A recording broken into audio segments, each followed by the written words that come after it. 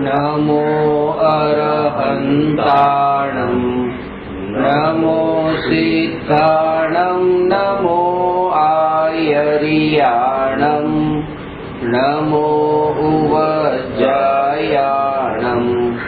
नमो लोये सर्वसा।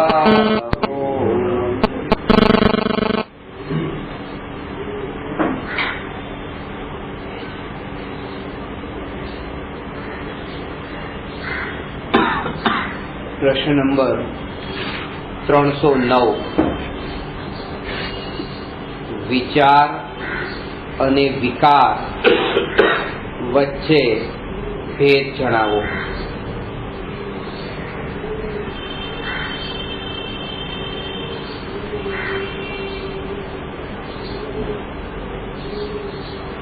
આત્માના જ્ઞાન ગુણની પર્યાય કે જે સમસ્ત અવસ્થામાં જાણવા રૂપે પરિણમે છે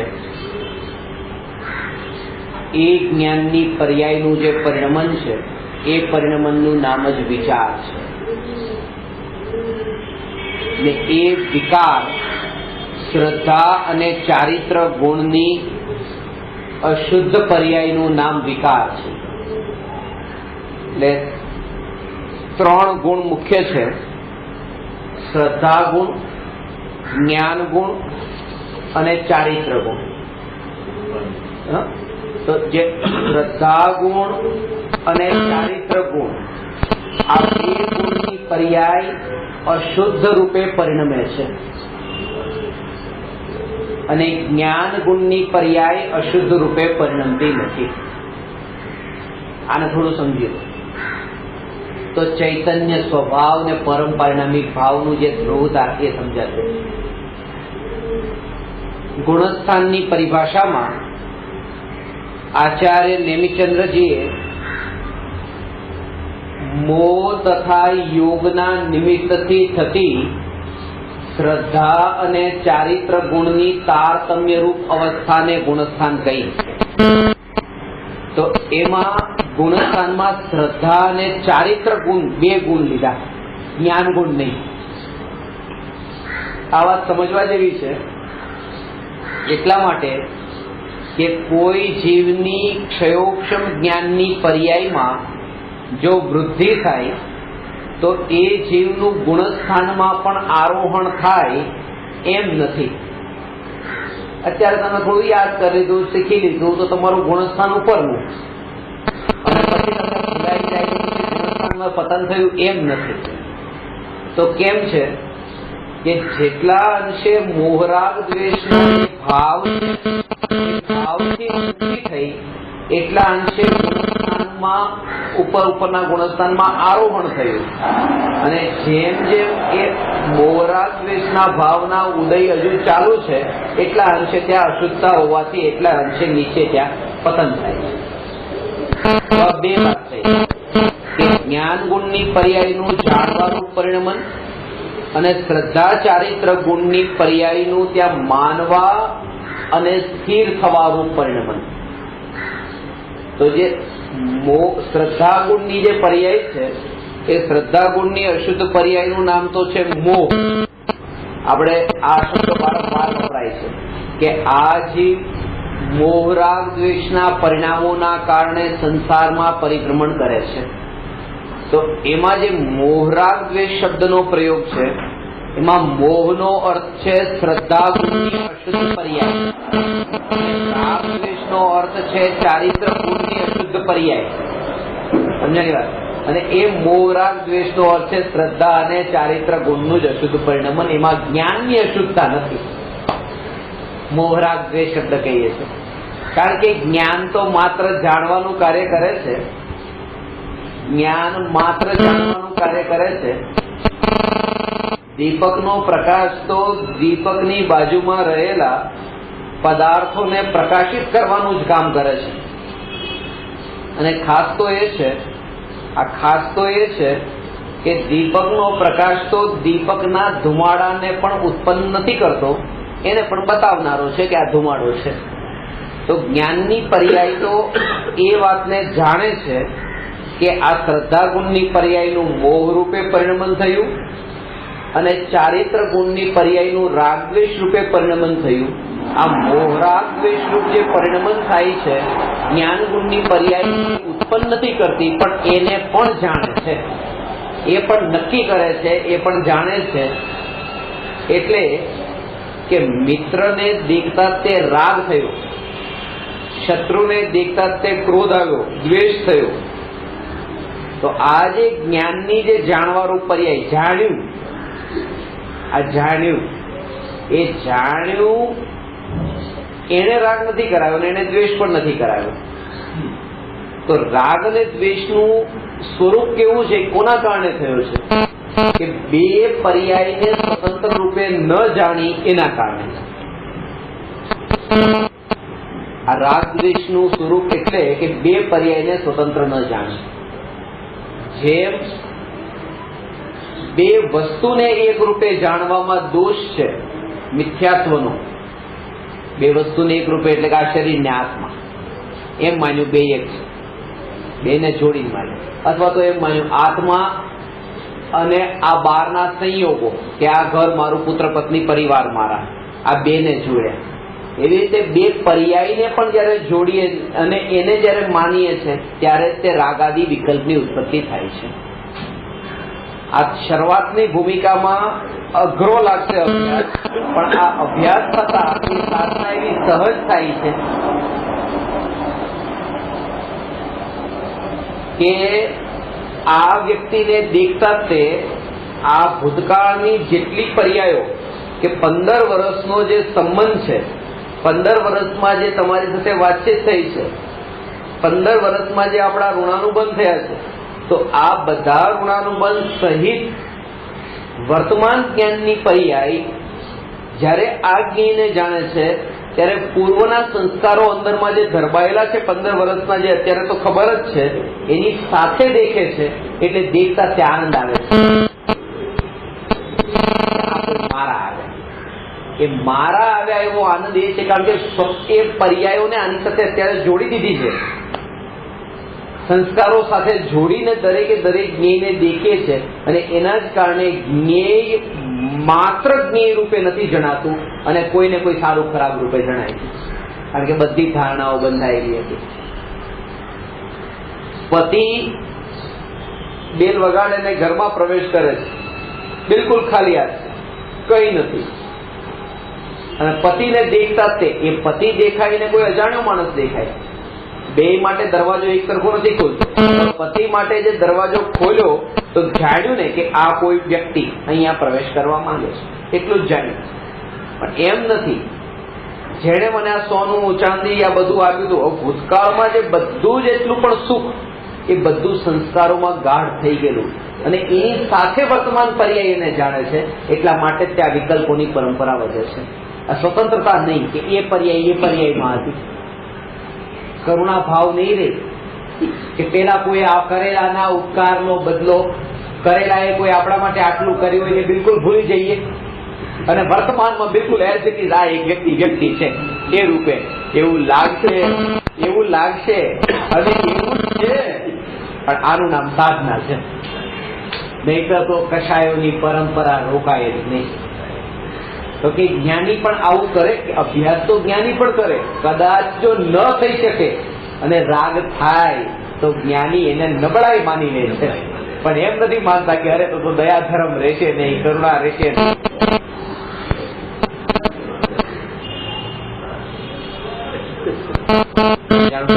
આ પૂર્વનું સંસ્કાર સાથે ગુરુ છે તો ગુરુએ જ્ઞાન આપ્યું તો એક મુનિ બીજા મુનિને વંદન કરે છે. આચાર્યને વંદન કર્યા પોતાનાથી.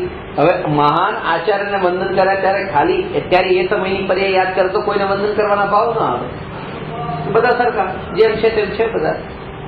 પણ આ તો પૂર્વથી જેની પાસે મેં દીક્ષા લીધા પૂર્વનું યાદ આવે છે અને ત્યારે આ વિકલ્પ આવ્યો ને વંદન કરવાનો. પણ એ વિકલ્પ આવ્યો એને નબળાઈ માની નહીં કર્યું, જાણ્યો કે આ જે વિકલ્પ છે આ નબળાઈ છે, આ ધર્મ નથી.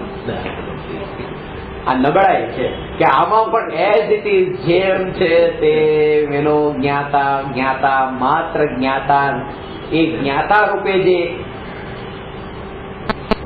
થઈને જે સ્વભાવમાં રહેવાનું ન થયું એને જ આ બતાવે છે કે આ વિકલ્પ થયો. વિકલ્પ જેને બતાવે છે કે સ્વભાવ ગુરુની આજ્ઞામાં ન વર્ત્યો.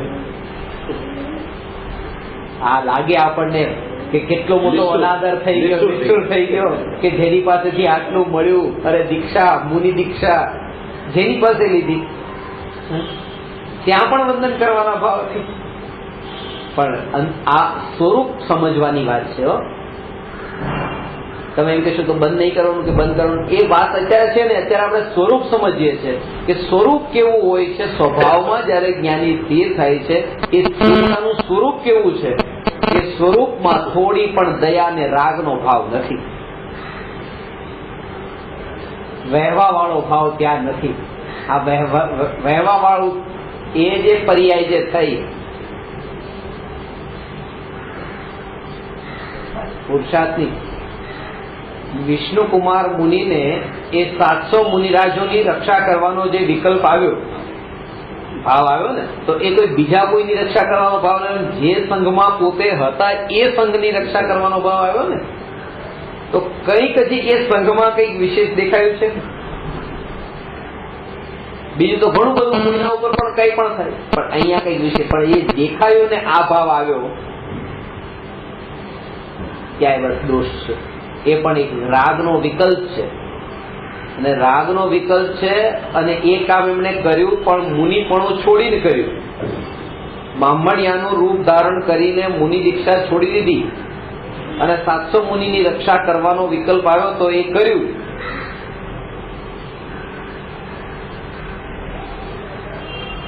દુનિયા કેટલી મહાન માને કે વિષ્ણુકુમાર મુનિએ રક્ષા કરી, 700 મુનિની રક્ષા કરી, 700 મુનિની રક્ષા કરી, અને 700 મુનિ જે પોતાની સાધનામાં સ્થિર રહ્યા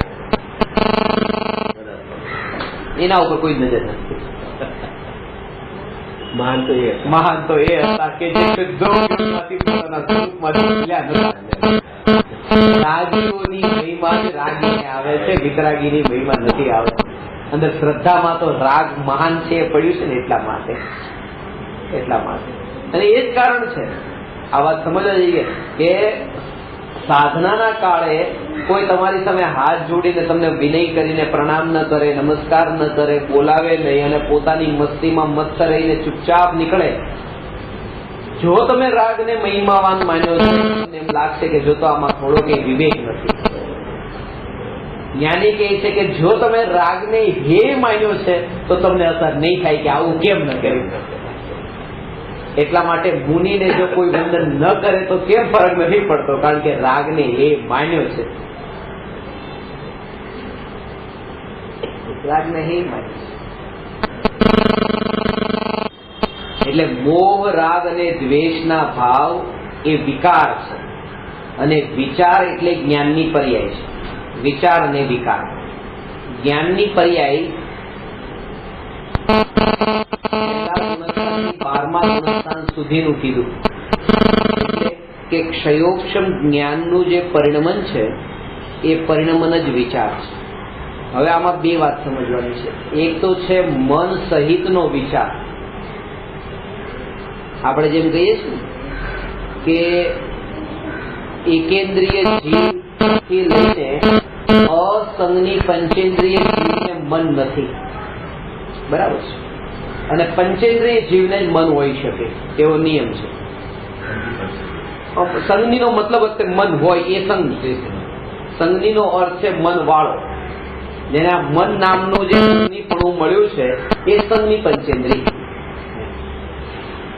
તો બાકીના જેટલા અસંગની છે મન વિનાના, એ અસંગની પંચેન્દ્રિય જીવ તો કે એને તો મન નથી, અને મન વડે તો વિચાર થાય છે. આ મન અને મગજ બે અલગ અલગ છે. મગજ વડે વિચાર નથી થતો, મન વડે વિચાર થાય છે. આ વિચારનું જે છે એટલે બ્રેઇન અને માઇન્ડ બે અલગ અલગ છે. મગજ તો અહીંયા છે અને મન અહીંયા છે, હૃદયના મધ્ય ભાગમાં. મગજ તો એ જે છે નાનું મગજ ને મોટું મગજ, એ મનમાં નથી. મન તો મન છે. મગજ તો દેખી શકાય છે, મન દેખી શકાતું નથી. છદ્મસ્ત આજે મતિસુપ્ત જ્ઞાન વડે કે જે એ ઇન્દ્રિયો વડે, એટલે ડોક્ટર ઓપરેશન કરે તો મનને નહીં દેખી શકે. કીડી મકોડાને મગજ તો હોય છે પણ મન નથી હોતું. એને બ્રેન તો હોય, કીડીને હોય, મકોડાને હોય, પણ મન ના હોય. એટલે મન વડે જે વિચારનું કાર્ય થાય છે,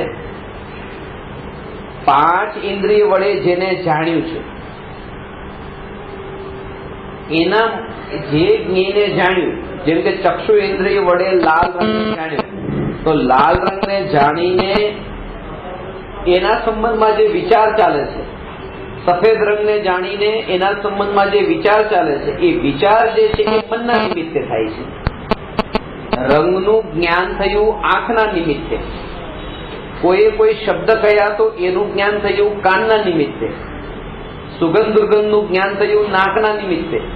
એવી રીતે પૂતગલના જે આ ગુણો, સ્પર્શ, રસ, ગંધ, વર્ણ, અને જે પૂતગલનું જ પરિણમન એવું જે આ ધ્વનિ, એ પાંચેયનું જ્ઞાન થયું ઇન્દ્રિયોના નિમિત્તે. અને એ જ્ઞાન થતા પછી જે એના સંબંધમાં વિચાર ચાલે છે એ મનના નિમિત્તે. એક તો એ વિચાર, અને બીજું કે છદ્મસ્તનું જે જાણવાળું પરિણમન છે એને પણ વિચાર થયો છે. એટલા માટે એકેન્દ્રિયથી લઈને સંઘની પંચેન્દ્રિય સુધી, પહેલા ગુણસ્થાનથી લઈને 12મા ગુણસ્થાન સુધીનું જે જ્ઞાન, ક્ષયોક્ષમ જ્ઞાન, એ ક્ષયોક્ષમ જ્ઞાનને તે વિચાર કહેવામાં આવ્યો છે. વિચાર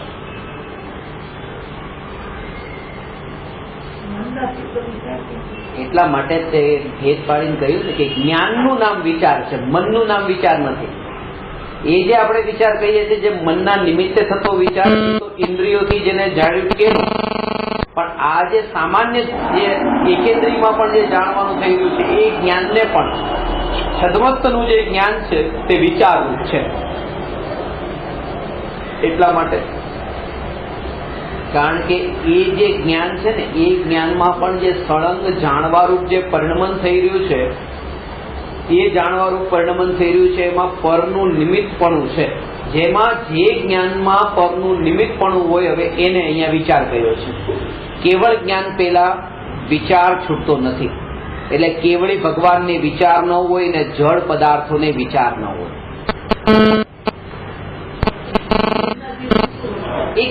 એ જ્ઞાનનું નામ વિચાર. એ જ્ઞાન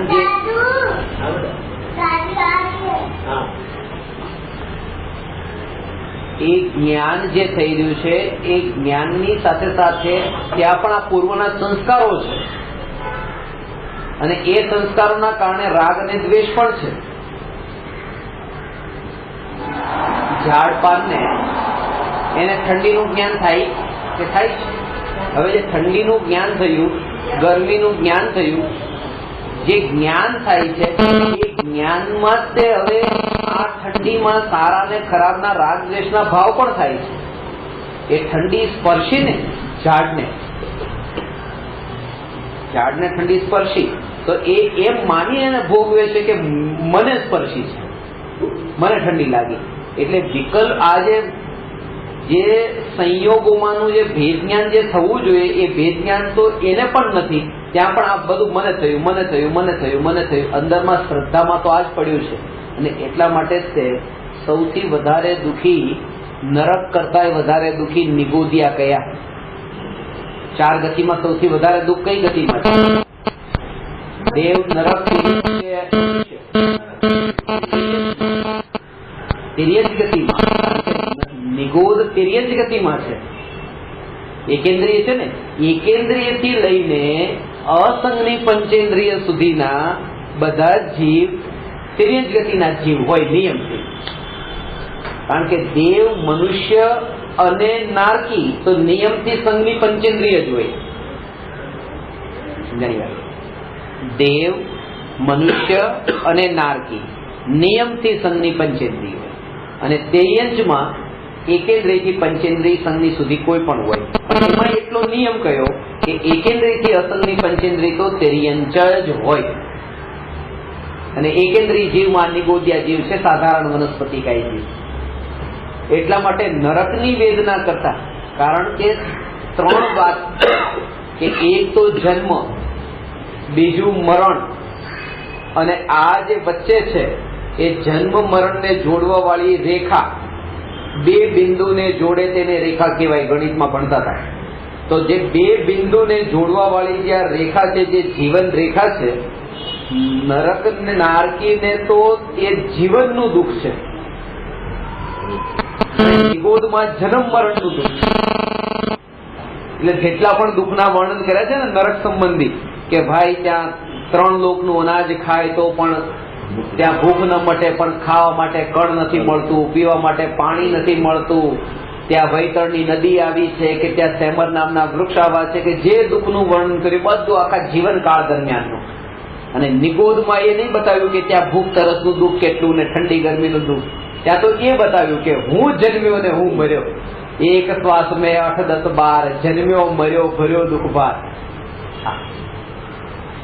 આ એકત્વ જે એ એકત્વનું દુઃખ છે એને, હું જન્મું છું ને હું મરું છું. શ્રદ્ધા ગુણની પર્યાય છે, કારણ કે માનવાનું કામ શ્રદ્ધા ગુણની પર્યાય છે. અને જ્ઞાન ગુણની પર્યાયમાં પણ એ જ્ઞાન ગુણની પર્યાયમાં એ પૂર્વની બધી ધારણાઓ અંદરમાં પડેલી છે. દ્રઢ હમણાં જેમ તમે કીધું કે અત્યારે કઈ કરતું નથી કોઈ વ્યક્તિ, પણ એ પૂર્વનું બધું જ આપણે એની સાથે રાખીને વર્તમાનમાં એને જાણીએ છીએ. અને પૂર્વના જે ચારિત્રના અંદર જે સંસ્કારો જે પડ્યા છે, કશાયના સંસ્કારો, એ પણ ત્યાં કારણભૂત બને છે. ત્યાં કેવું નથી પડતું, પણ અંતરમાં એ જે કષાય રૂપ જે પરિણમન થઈ રહ્યું છે, રાગદ્વેષ રૂપ પરિણમન થઈ રહ્યું છે, એ પરિણમનના કાળે સૌથી મોટો દોષ કયો? એકેન્દ્રીય જીવોને જે બંધન થાય છે એ બંધનમાં સૌથી મોટો દોષ કયો? અથવા તો પંચેન્દ્રિયને પણ જે બંધન થાય છે એમાં દોષ કયો? કોઈના ઉપર ક્રોધ કર્યો એ દોષ, અભિમાન કર્યું એટલે દોષ, કામ વિકાર આદિના ભાવ ભાવ્યા એ દોષ? એ દોષ નથી, એ દોષ નથી, એ દોષ નથી.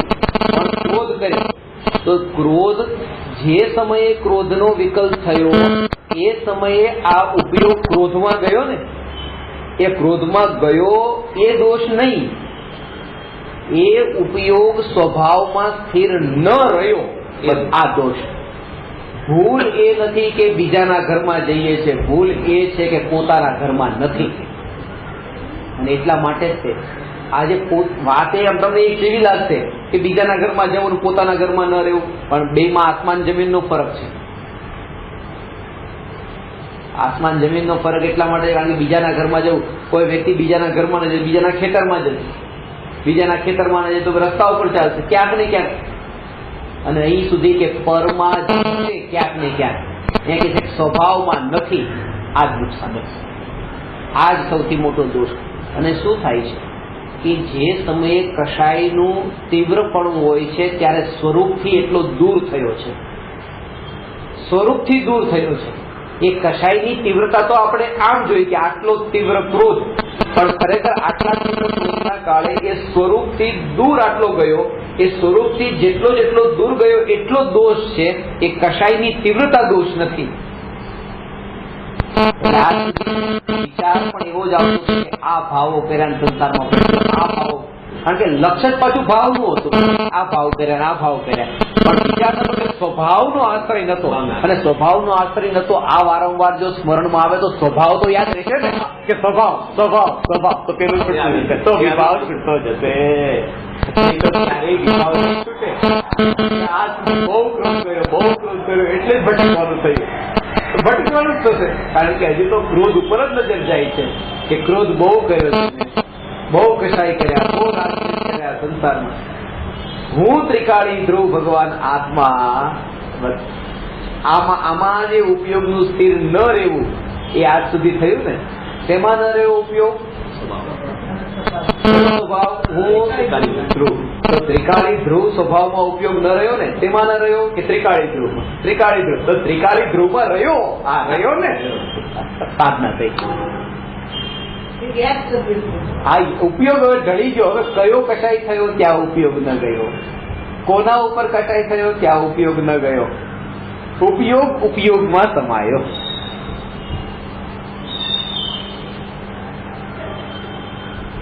આવું છે. આ સ્વભાવની અસ્થિના બળ પર જ આત્મ સાધનાની શરૂઆત થાય છે.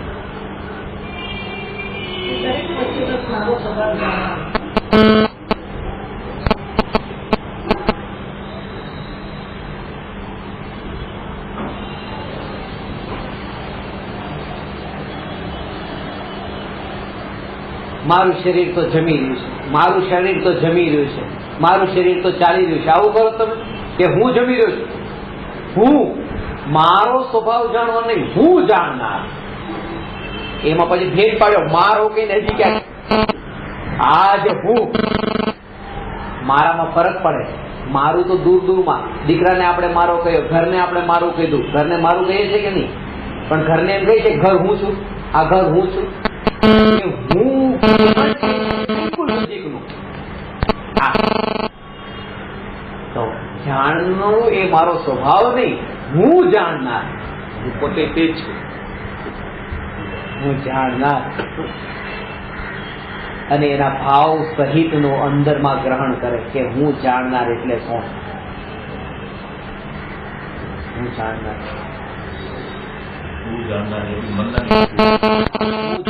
એવો વિકલ્પ એ મનના નિમિત્તે થયો. એવો વિકલ્પ મનના નિમિત્તે થયો. અને આ પણ વિકલ્પ થયો. આ વિકલ્પ પણ એને થયો જેને હજી વિકલ્પમાં રસ પડ્યો, એને આ થયો. મોક્ષાળ પ્રકાશકમાં ખુલાસો કર્યો છે.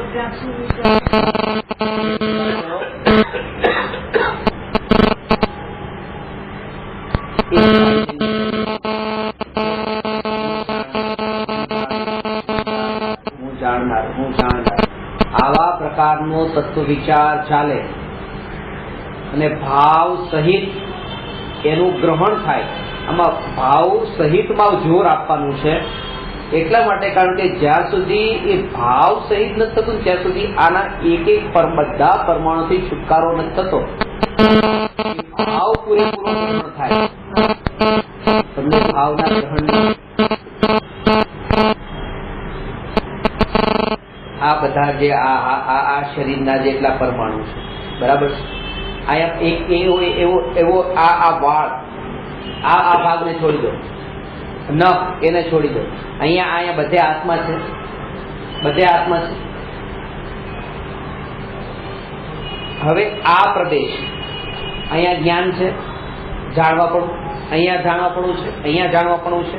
આવી રીતે પોતાના ઉપર અભ્યાસ કરવાનું કહું છું. આ પૂરી સાધના છે, યાદ રાખજો. અને ઘરે બેઠા આનો વિચાર કરશો ને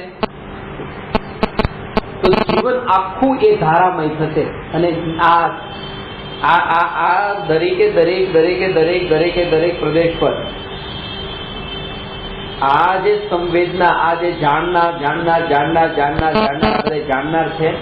હવે આ પ્રદેશ અને આ પ્રદેશ, જાણવાનો પ્રદેશ, એની બાજુનો પ્રદેશ જાણનાર, એની બાજુના પ્રદેશમાં જાણનાર. જ્ઞાન છે. આ હાથ મેં જોડ્યા છે. આ બે હાથ વચ્ચે ખાલી જગ્યા છે. ખુરશી પસાર નહીં થાય, પણ એક પાતળો દોરો થઈ જશે, બે હાથ વચ્ચે પસાર થઈ જશે. હવે આ બે પ્રદેશ જે છે, જ્ઞાન પ્રદેશ, આ પ્રદેશ ને આ પ્રદેશ,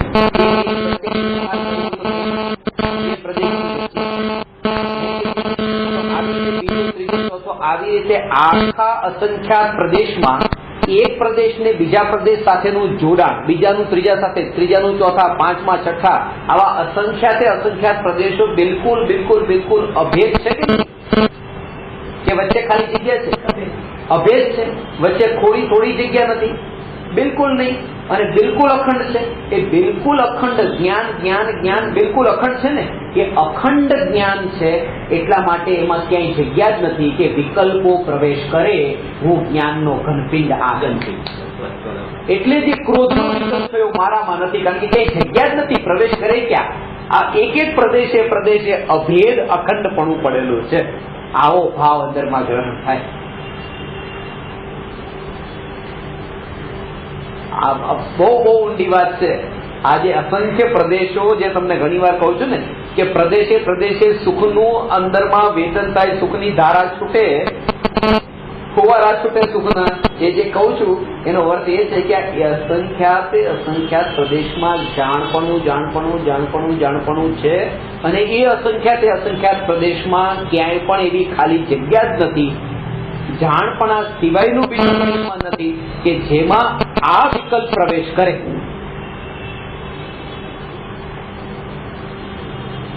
સમજાણ? હવે નિર્વિકલ્પ ક્યારે થાવ? સમજાણ? કારણ કે જ્ઞાન આ જ વાત છે.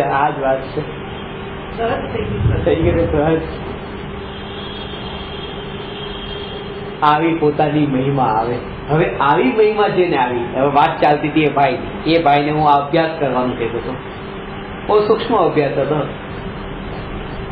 પણ એમણે રાઈમાં ધોકો નાખ્યો, મગમાં ધોકો નાખ્યો કે હું અસંખ્યાત પ્રદેશમાં જે કંઈ પણ જાણવું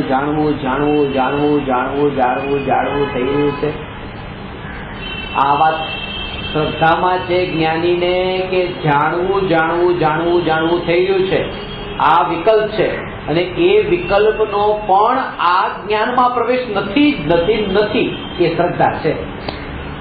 એ શ્રદ્ધા હોવાના કારણે જ્ઞાનીને ભલે એ વિકલ્પ છે, પણ તો એ જ્ઞાનીને વિકલ્પ નથી, કારણ કે શ્રદ્ધામાં એ વિકલ્પમાં એકત્વ નથી. શ્રદ્ધામાં તો જ્ઞાનમાં જ એકત્વ છે.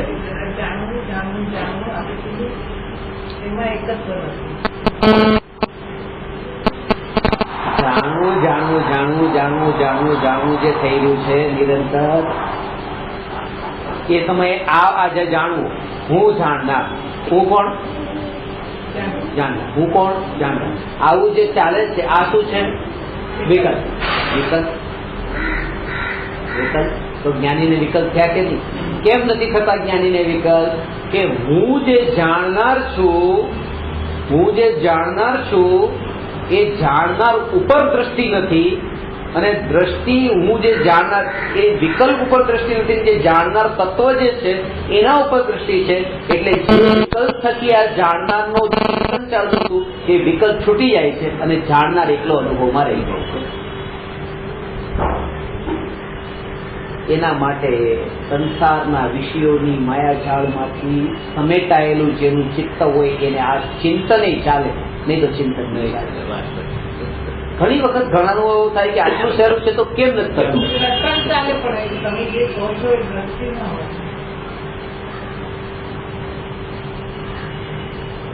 ઘણો સંસાર લઈને બેઠો હોય, એ લઈને સાધના કરે છે, એટલે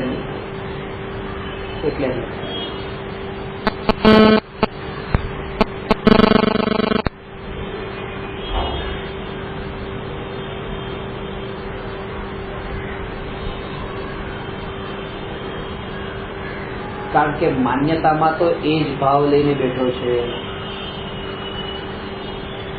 કે શરીર તે હું, શરીરના સંયોગો તે મારા, અને આ બધા કાર્યનો કરનારો તે હું. એ હું નહીં કરું તો કોણ કરશે? એ કેવી રીતે ચાલશે?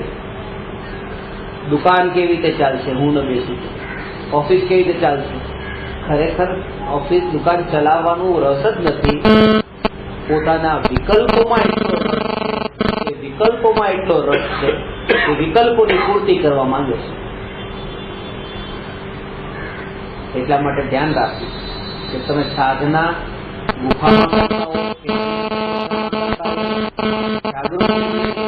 કે ત્યાં પણ જે આનંદ આવે એ આનંદ સ્વભાવના લક્ષ્ય હોય, વિકલ્પની પૂર્તિનો નહીં. આગળની કોઈ આશા નહીં. સિદ્ધ ક્ષેત્ર પર પહોંચ્યા, હવે આજે પહોંચ્યા, હવે અહીંયા 1 મહિના સુધી સાધના કરવાની છે. ભવિષ્યની કોઈ કલ્પના નહીં. ભૂતકાળમાં કોઈ ધારણા બાંધી નથી કે આમ કરીશ કે જેથી કરીને એની પૂર્તિ થઈ. દ્રવ્ય પરનું જોર, આ દ્રવ્યને મુખ્ય રાખીને બહારની ક્રિયાઓ થતી હોય એ થાય છે, જોર એના ઉપર નથી. થતી હોય એ ક્રિયા થાય છે, જોર એના ઉપર. એટલે એમને કીધું ને કે તમે સાધક જ છો. જો તમે સિદ્ધ ક્ષેત્ર પર નથી તો તમે સાધક કેમ નથી? સાધક છો. તમે દુકાનમાં બેઠા તમે સાધક છો. સંસારની અનિત્યતા જે અનુભવમાં આવવી જોઈએ એ અનુભવમાં અત્યારે કરી જ રહ્યા છો. માનો 2 મહિને 4 મહિને તમે નિત્યતા સુધી પહોંચશો તો આ બધી અનિત્યતા એના માટે કારણરૂપ હશે. જેટલી જેટલી ઠોકરો એ બધી કારણરૂપ હશે. એટલા માટે કોઈ ફેરફારનો વિકલ્પ નહીં કે આમ નહીં કરો.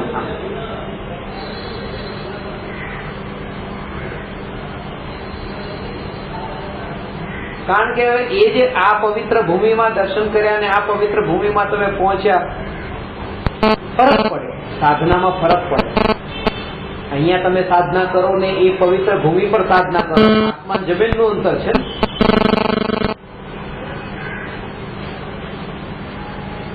સમેત શિખરજીથી મોક્ષે ગયા જીવ, મુંબઈથી કોઈ ન ગયા. તીર્થંકર સમેત શિખરજીથી મોક્ષે ગયા 24 માંથી. તો આવી પવિત્ર ભૂમિ છે.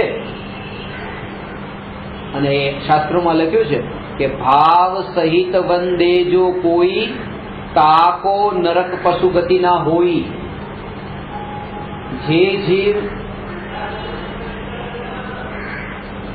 આ શત્રુંજયની, ગિરનારજીની, ચંપાપુરી, પાવાપુરી, સમેત શિખરજીની યાત્રા કરે છે તે જીવને નરક અને તિર્યંજ ગતિમાં જન્મ નથી થતો. પણ ખાસ આગળ શબ્દો વાપરો, ભાવ સહિત. આનો એટલો ઊંધો અર્થ લેવાયો છે. ભાવ સહિત એટલે કેવી રીતે કે ઘરના બધા જ કામકાજ છોડીને, ઘર પરિવારને ભૂલીને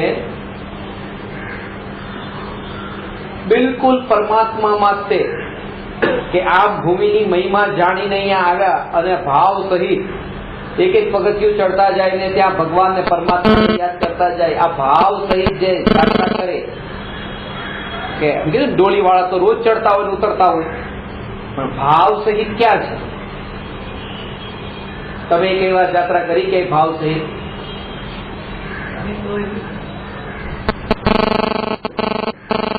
શાસ્ત્રોમાં કર્ણાનુયોગના પ્રકરણમાં આ નિયમ છે.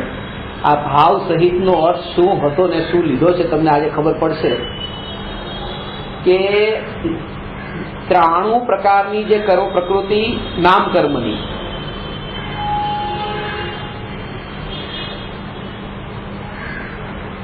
અને 4 તો આયુ કર્મની. આ બધી જે અભાતી કર્મની પ્રકૃતિઓમાં એક નિયમ છે કે સમ્યક દર્શન જ્યારે પ્રગટ થાય છે, સમ્યક દ્રષ્ટિ જીવને આ 2 ગતિના કર્મનો આશ્રવ બંધ થતો અટકી જાય છે. નરક ગતિ અને તિર્યંજ ગતિ, એ 2 ગતિના બંધ ન થાય. કારણ કે બંધની અપેક્ષાએ એ 2 ગતિને અશુભ ગતિ કીધી છે. બંધની અપેક્ષાએ, ઉદયની અપેક્ષાએ નહીં. ઉદયની અપેક્ષાએ જે છે એક જ ગતિ અશુભ છે. બંધની અપેક્ષાએ 2 અશુભ અને 2 શુભ. ઉદયની અપેક્ષાએ 3 શુભ અને 1 અશુભ. સમજાણી વાત? બંધની અપેક્ષાએ કોઈ જીવ નરકમાં જવા માંગતો નથી, એટલા માટે નરકનો બંધ કોણ ઈચ્છે? કોઈ. અને તિર્યંજમાં જવા કોણ ઈચ્છે? કોઈ નહીં. એટલે બંધની અપેક્ષાએ નરક અને તિર્યંજ અશુભ, મનુષ્ય અને દેવ શુભ. હવે બંધ થઈ ગયો, ઉદય આવ્યો. તો ઉદય આવ્યા પછી દેવગતિમાં કોઈને મરવાનું ગમે? ન ગમે. મનુષ્ય મરવાનું ગમે? ન ગમે. કૂતરાને મરવાનું ગમે? બિલાડીને મરવાનું ગમે? ન ગમે. જવાનું નતું ગમતું, પણ ગયા પછી હવે છોડવાનું નથી ગમતું. એટલે નરક જ ગતિ એવી છે કે જ્યાં મરવાનું જીવને ગમે છે. ક્યારે મરું, ક્યારે મરું, ક્યારે મરું. નરકમાં જવા પણ કોઈ ઈચ્છતું નથી અને જઈને ત્યાં જીવવા પણ ઈચ્છતું નથી. તિર્યંચમાં જવા ઈચ્છતું નથી, પણ જઈને જીવવા તો ઈચ્છે છે. મનુષ્ય અને દેવમાં તો જવા પણ ઈચ્છે છે અને જીવવા પણ ઈચ્છે છે. એટલા માટે એક નરક ગતિ જેવી છે જે બંધની અપેક્ષાએ અશુભ છે અને ઉદયની અપેક્ષાએ અશુભ છે. અને તિર્યંચ ગતિ માત્ર બંધની અપેક્ષાએ તો અશુભ છે, ઉદય અપેક્ષાએ અશુભ નથી. ઉદય અપેક્ષા એ શુભ છે. એટલે ઉદય અપેક્ષાએ જે શુભ ગતિ હોય એ જીવ સમોક્ષમાં આવી શકે. એટલે તિર્યંચ ગતિના જીવો આવી શકે, નરક ગતિના જીવ નહીં. નરક ગતિના જીવ, કારણ કે નરક ગતિમાં નારકી જીવ અને તીર્થંકર ભગવાનની દિવ્ય ધ્વનિમાં તીર્થંકર પરમાત્મા શું ઉપદેશ આપે છે? જીવન જીવવાની કળા બતાવે છે. જીવન કેવું જીવવું એ વાત ભગવાનની દિવ્ય ધ્વનિમાં છે. અને નારકીને તો જીવવું જ નથી, તો પછી કેવી રીતે જીવવું એ શું કામ જાણવા આવે? તિર્યંચ ગતિ અને દેવગતિ ને નરક ગતિ એ જીવોને જીવવું છે. અને જેને જીવવું છે એને તીર્થંકર પરમાત્મા કહે છે કે આ રીતે જીવવું. તો એક સમ્યક દ્રષ્ટિનો જે નિયમ કે અશુભ ગતિ જે બંધ અપેક્ષાએ છે, કઈ તિર્યંચ ગત્યાનુપૂર્વી અને નરક ગત્યાનુપૂર્વી એવી કર્મની પ્રકૃતિ જે બનશે, તો એ જે છે એ બે કર્મ પ્રકૃતિઓ સમ્યક દ્રષ્ટિ જીવને બંધાતી નથી. સમ્યક દર્શન થયા પછી પેલાથી બંધાઈ ગયો, જેમ કે શ્રેણી રાજાને બંધ થઈ ગયો તો મિથ્યાત્વની ભૂમિકામાં તે નરકનો, સાતમા નરકનો, અને આયુ કર્મમાં સંક્રમણ નથી થતું એટલે ગતિ બદલાતી નથી, તો એ જવું પડ્યું નરકમાં. ભલે સાતમા નરકનું પહેલું નરક થઈ પણ જવું પડ્યું. આ તો સમ્યક દર્શન પછી આ બે ગતિનો બંધ થતો નથી. એટલે કે કીધું તીર્થ ક્ષેત્રોની જે યાત્રા કરે છે ભાવ સહિત કરે છે. ભાવ સહિત નો ખબર પડી ને, સમ્યક દર્શન સહિત યાત્રા કરે એને તિર્યંચ ગતિ નરક ગતિ નથી બધાય. સમ્યક દ્રષ્ટિ જીવને નથી બંધાતી, એનો ભાવ આ હતો. અચ્છા, આ ભાવ છે. સમ્યક દ્રષ્ટિ જીવને યાત્રા કરે છે એનું ફળ આ છે. ભાવ સહિત એટલે સમ્યક દર્શન અને ન્યાયક ભાવના આશ્રય સહિત. હું ન્યાયક છું એ આશ્રય સહિત, શુભ ભાવ સહિત નહીં. એ સમ્યક દ્રષ્ટિ ન હોય હું ન્યાયક છું. શુભ ભાવ સહિત, શુભ ભાવ તો બધાને હોય છે. તો એમાં ભેદ કેવી રીતે પાડશો? શુભ ભાવનો ભેદ કેવી રીતે પાડશો? કે બધાએ ભાવ ભાવ ભાવ મારે પરમાત્માની યાત્રા કરવી, પરમાત્માની યાત્રા કરવી છે, તો એ પણ એકાદ વાર ભાવ તો ડોળી વાળા નહીં ક્યારેક આવી ગયો છે કે નહીં, એકાદ વાર ભાવ. પણ ભાવનો અર્થ સમ્યક દર્શન. સમ્યક દર્શન સહિત, કારણ કે સમ્યક દ્રષ્ટિ જીવને આપી એક ગતિ નથી. આ તો ખુલાસો જ નથી, એટલે ભાવ સહિત કઈ દીધું. પણ ખુલાસો ન થાય તો ધર્મનો અધર્મ થઈ જાય. આ થઈ રહ્યો છે, અત્યાર સુધી તો થઈ રહ્યો છે. આ પુસ્તકમાં હમણાં મેં 2 દિવસ પહેલા વાત લખી એટલે તમને કીધું. આપણું જે હમણાં જે પુસ્તક લખવાનું ચાલે છે ને દેવશાસ્ત્ર, એમાં જે તીર્થ ક્ષેત્ર ઉપર અત્યારે લખું છું ને એમાં આ વાત લખાણી એટલે યાદ આવી કે ભાવ સહિતનો આ અર્થ છે કે સમ્યક દ્રષ્ટિ જીવને આવી ગતિનો બંધ નથી થતો, બે અશુભ ગતિનો. એટલા માટે સમ્યક દ્રષ્ટિ જીવ એ ગતિએ નથી જતા. એટલે સમ્યક દ્રષ્ટિ જીવને તે તીર્થ ક્ષેત્રોની યાત્રા હોય છે, મિથ્યા દ્રષ્ટિ નહીં હોય. ભલે મીંડા મૂક્યા, એક વાર ચડ્યા, 2 વાર ને 98 99 પૂરા થયા. અરે ભાઈ, એક વાર સમ્યક દર્શન સાથે ગયા તો સફળ થઈ. 99 વાર ગયા સમ્યક દર્શન વગર 108 વાર. 108 થઈ ગઈ. 108 જ છે. 109 કહેવાય. અચ્છા, 99 કહેવાય. આપણને તો ખબર નથી. એક જ ખબર છે કે સમ્યક દર્શન યાત્રા હોય એ યાત્રા સાચી યાત્રા. સમજી લો. કાલે કહેતા હતા ને, કાલે જ વાત થઈ.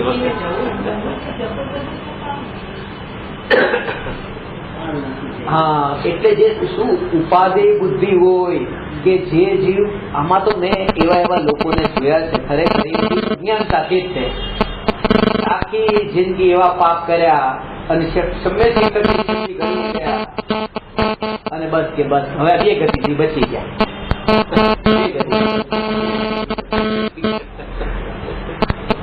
દ્રષ્ટિ થઈ ગયા તો 2 ગતિથી બચી ગયા. સમ્યક દ્રષ્ટિ તો યાત્રા નથી કરતો તોય તે બચે નથી.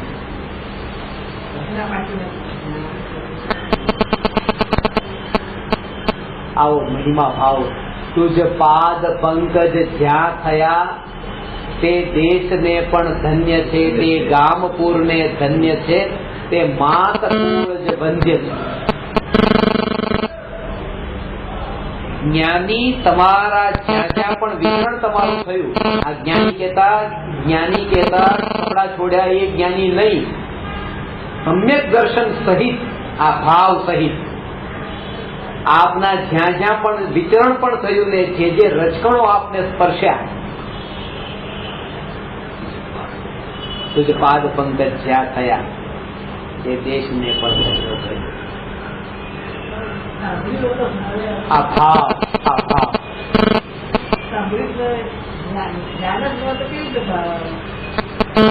એટલે જ્ઞાની એટલે સમીક નથી, એ જ ક્યાં ખબર પડે. જ્ઞાની એટલે શાસ્ત્ર જ્ઞાની, જ્ઞાની એટલે બુદ્ધિવાળા, બુદ્ધિવાળા કે જ્ઞાની એટલે મહારાજ સાહેબ, જ્ઞાની એટલે દીક્ષા લીધી. એટલે જ્ઞાની ડેફિનેશન એ છે કે જ્ઞાની એટલે જ્ઞાની, જ્ઞાની સમ્યક દર્શન થઈ જ્ઞાની સમ્યક પી.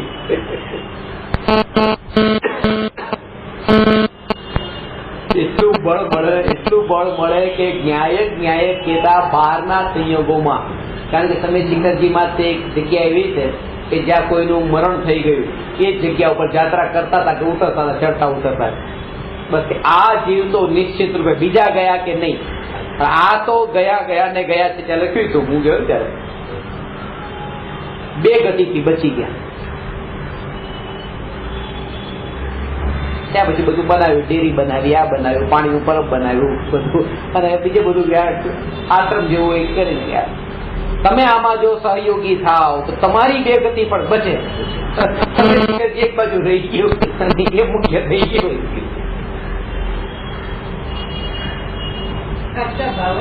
ભાવ સહિત વંદે. આ 2 ગતિ ચડે કેવી રીતે? આયુષ્ય બંધ તો થઈ ગયું હોય પેલા મોક્ષ જયારે ત્યાં ઓફ થયો કેવી રીતે? એ વખતે તો આયુષ્ય બંધ થયું નહીં, આયુષ્ય બંધ તો પહેલા થઈ ગયું. કદાચ છેલ્લી ઘડીએ પણ થયું હોય, એવો નિયમ નથી. કદાચ છેલ્લે 8 ટુકડે બંધ થાય, હોઈ શકે ન પણ થયું હોય, થયું હોય એવું પણ નથી, ન પણ થયું હોય, હોઈ શકે સારી ગતિ પણ થઈ, દેવગતિ પણ થઈ. પણ વાત એ છે કે રસ હજી આ બધાનો છે, ભાવ સમજ્યા નથી કે આ ભાવનો અર્થ સમ્યક દર્શન છે. આટલું સમજી લે. રહસ્ય એ છે કે સમ્યક દર્શન સહિતની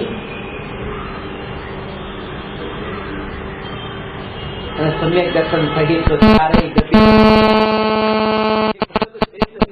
નથી.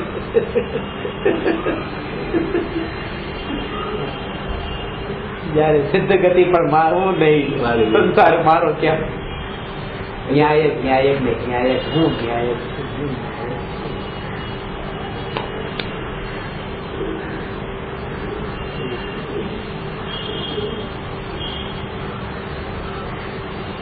કીડા મકોડા કેટલાય જન્મે છે, કેટલાય મરે છે, જન્મ્યા ત્યાં જ જીવ્યા, ત્યાં જ મર્યા.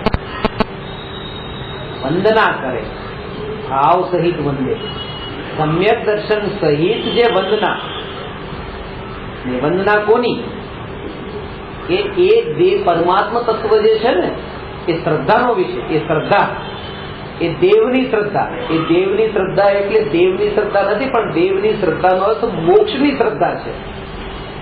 ગુરુની શ્રદ્ધા એ ગુરુની શ્રદ્ધા નથી, સંવર નિર્જરાની શ્રદ્ધા છે. એ દેવશાસ્ત્ર ગુરુની શ્રદ્ધા. અને ત્યારે પણ એ જે જીવને એ જે ભાવ થયો દર્શન કરવાનો, એમાં પણ શુદ્ધિ નથી કે આ 2 ગતિ મારી બચે, જવાનું અટકે, એવો સુબુદ્ધિનો ભાવ નથી. એટલે એ રાગના ભાવને પણ એ જાણ્યો છે કે આશ્રવ બંધની શ્રદ્ધા છે ત્યાં, ને હું ભગવાન આત્મા છું, આ જગત થી જુદો છું. આ જાત્રામાં 7 તત્વની શ્રદ્ધા છે. 7 તત્વ જ ખબર નથી, અને ખાલી પગથિયા ચડવાથી કઈ લાભ નથી. ખબર હતી 7 તત્વો ચડવા વાળાને ખબર નથી, એટલે નથી તો ક્ષયોક્ષમ જ્ઞાન એને હોવું જોઈએ. વાત એ છે કે એનો ભાવ તો ગ્રહણ હોવો જોઈએ કે આ રાગ દ્વેષ છે છોડવા યોગ્ય. શુભ રાગ કે અશુભ રાગ પછી કોઈ પણ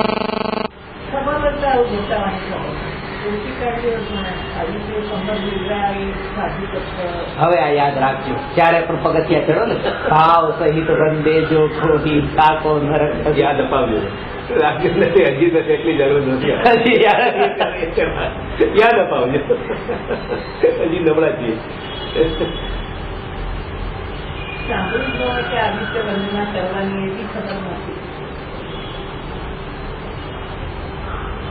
કારણ કે સમ્યક દ્રષ્ટિ જીવને તે દેવ તત્વની શ્રદ્ધા છે, તો સમ્યક દ્રષ્ટિ તે દેવની યાત્રા કરશે. તે તીર્થભૂમિની, ક્ષેત્રની, સિદ્ધની ખબર છે હોય.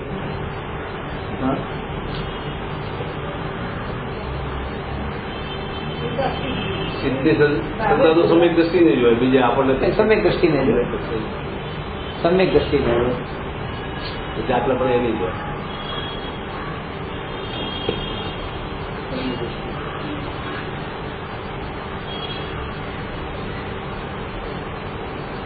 કારણ કે સિદ્ધ ભગવાન કોણ છે કે પરિપૂર્ણ શુદ્ધ છે. પરિપૂર્ણ શુદ્ધ છે જેમાં અશુદ્ધતા નથી. સિદ્ધ ભગવાનને વિકલ્પ કેટલા છે? કઈ નહીં. સિદ્ધ ભગવાનને વિકલ્પ નથી. સિદ્ધ ભગવાન અત્યારે દેખાતા નથી. સિદ્ધ ભગવાન તો સિદ્ધશિલા પર બિરાજમાન છે. એ સિદ્ધોનું સ્વરૂપ જેણે માન્યું, એ કેવી રીતે માન્યું?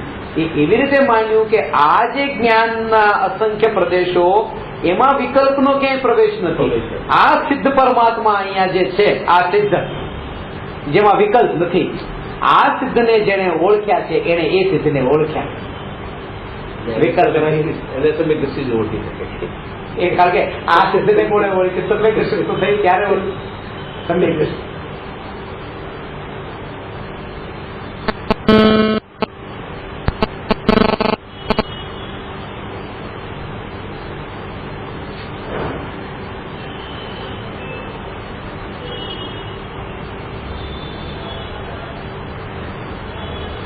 જ્ઞાની ચાલતું ફરતું તીર્થ છે.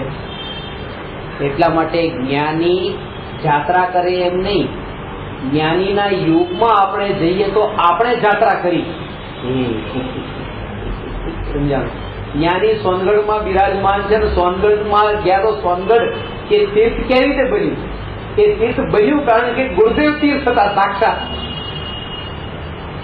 જ્ઞાની સાક્ષાત તીર્થ હતા.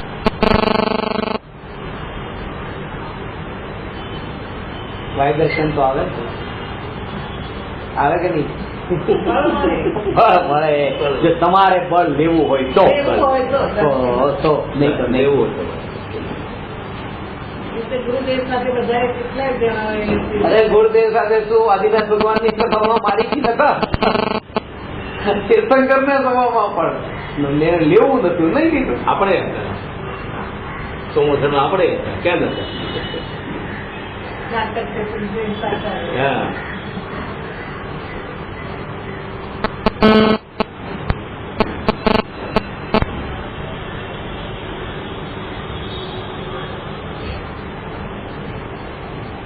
એટલા માટે છદ્મસ્તની ભૂમિકામાં ભાવ સહિત, જેમાં મનનું પણ નિમિત્તપણું નથી. મન વિકલ્પરૂપ છે. જ્યારે પણ તત્વ વિચાર ચાલે છે કે હું ભગવાન આત્મા જાણનાર દેખનાર, જાણનાર દેખનાર, જાણનાર દેખનાર, આ જે તત્વ વિચાર ચાલે, ચમચી વડે હલવો ખાધો,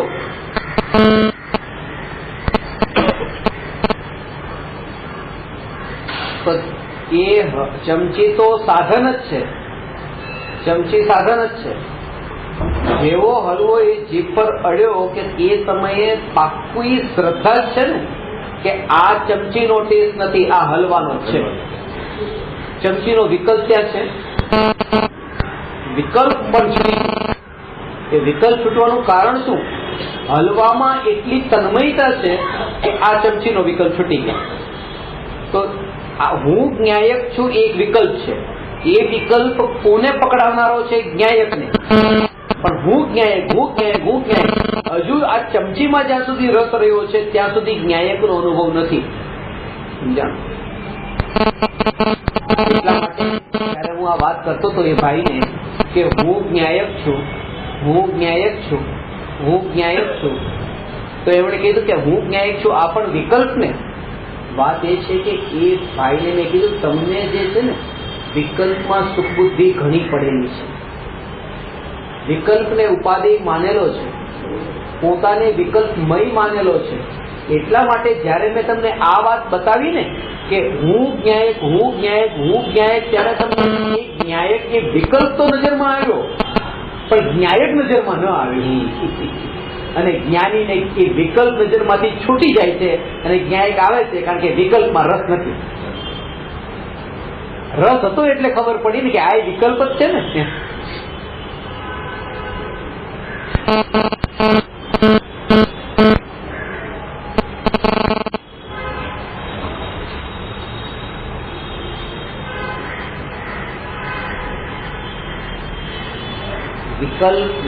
વિકલ્પમાં એકત્વ બુદ્ધિ નથી. વિકલ્પ જે ઉદય અનુસારે થાય છે આવે છે. એમ નહીં કે જ્ઞાની એને સહજ રૂપે જાણી લે. વિકલ્પ તો ઉદય અનુસાર આવે છે અને જ્ઞાની પોતાને સહજ રૂપે જાણતા રહે છે. હું જ્ઞાયક. આ વિકલ્પને જાણવા નથી જતા, વિકલ્પને જાણવા નથી જતા કે કયા કયા વિકલ્પ આવ્યા. આ ક્રોધ નો આવ્યો, ના રાગ નો આવ્યો, હું આનોય જાણનાર ને હું આનોય જાણનાર ને હું આનોય જાણનાર.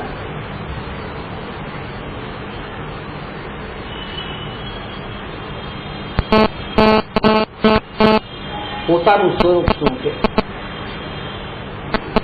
હું ભગવાન આત્મા. આ ભાવ શરીર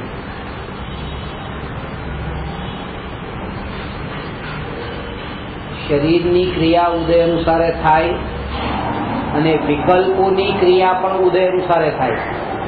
આને પણ જળની ક્રિયા સમજવી,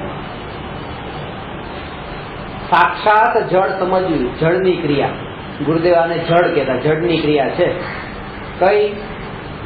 વિકલ્પ. પાછું આ નહીં, એ વિકલ્પ જળની ક્રિયા છે. કેમ જળની ક્રિયા? જળની ક્રિયા એટલે કે જે જ્ઞાનનું અસંખ્યાત પ્રદેશમાં વ્યાપ્તપણું,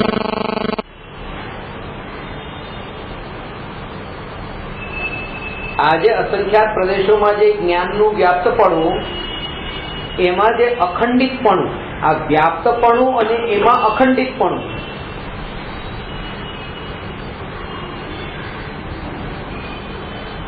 કે જેમાં એ વિકલ્પનો પ્રવેશ નથી. એટલે જ્ઞાનમાં વિકલ્પ નથી, વિકલ્પમાં જ્ઞાન નથી, એટલે વિકલ્પ જડ. આ જે રાગાની વિકલ્પ ઉત્પન્ન થાય છે, આ વાત સમજો. અસંખ્ય પ્રદેશ પર જ્ઞાન રસથી ભરપૂર છું, જ્ઞાન રસથી ભરેલો, હું ભગવાન આત્મા, જ્ઞાન રસથી ભરેલો. અને અસંખ્ય પ્રદેશમાં પ્રત્યેક પ્રદેશ પર પ્રદેશે પ્રદેશે પ્રદેશે પ્રદેશે ક્યાંય પણ એવી ખાલી જગ્યા નહીં, સ્પેસ નહીં કે જેમાં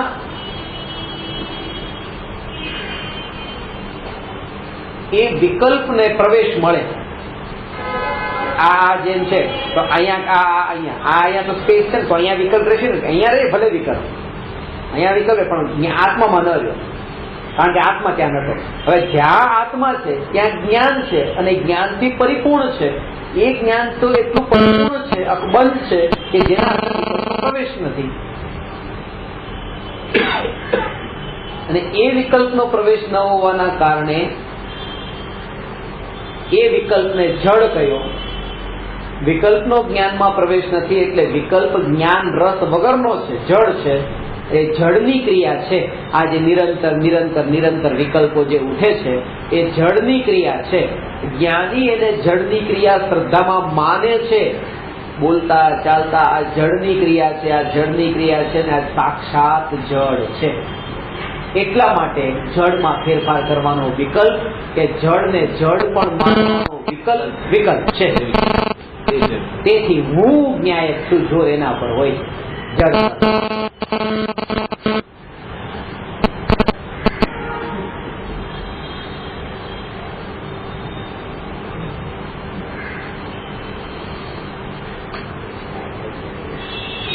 એટલે વિકલ્પમાં કંઈ કરવાનું ન રહ્યું.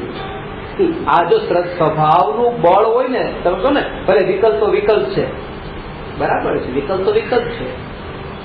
ભોજન કરવાના, કરાવવાના, જવાના, આવવાના, બોલવા, બેસો, બધા વિકલ્પ વિકલ્પ વિકલ્પ જ છે. જેટલી પણ દૈનિક ક્રિયાઓ કરીએ છીએ,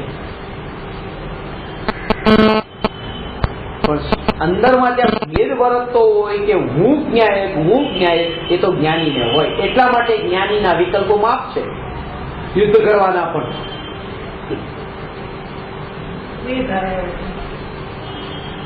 એક દુનિયાએ જાણી બે ધારા, ભગવાને જાણી. જ્ઞાનીને બે ધારા હોય છે એવું સર્વજ્ઞ ભગવાને જાણ્યું. જ્ઞાનીને તો બસ, તો ત્યાં પછી એક જ ધારા થઈ ગઈ, કારણ કે બીજી ધારા ઉપર તો લક્ષ નથી. ઘર તો બે છે, પોતાનું પડોશી, પોતે પોતાના ઘરમાં બેઠા હોય તો પછી બીજું ઘર ક્યાં પછી રહ્યું? એ હોય કે ન હોય, લક્ષ જ નથી તો પછી. એ તો ભેદ વિજ્ઞાનનું સ્વરૂપ સ્પષ્ટ કરવા માટે એમ કથન થાય કે જ્ઞાનીને બે ધારા, એક કર્મ ધારા. આ ઉદય મારું સ્વરૂપ નથી, હું જાણનાર. આ વિકલ્પ મારું સ્વરૂપ નથી, હું તો જાણનાર. પણ સાધક જીવ અત્યારે પ્રવેશ કરે છે સ્વભાવને, ત્યારે તો આટલો રસ પણ છોડે. એ ઉદય અનુસાર નબળાઈથી આવે, પણ એ સાધના નથી. ઉદય અનુસાર એ આવે કે આ વિકલ્પ મારું સ્વરૂપ નથી, ને ઉદય અનુસાર વિકલ્પ આવશે અને આ પણ ચિંતન ચાલશે કે આ મારું સ્વરૂપ નથી. બે વાત.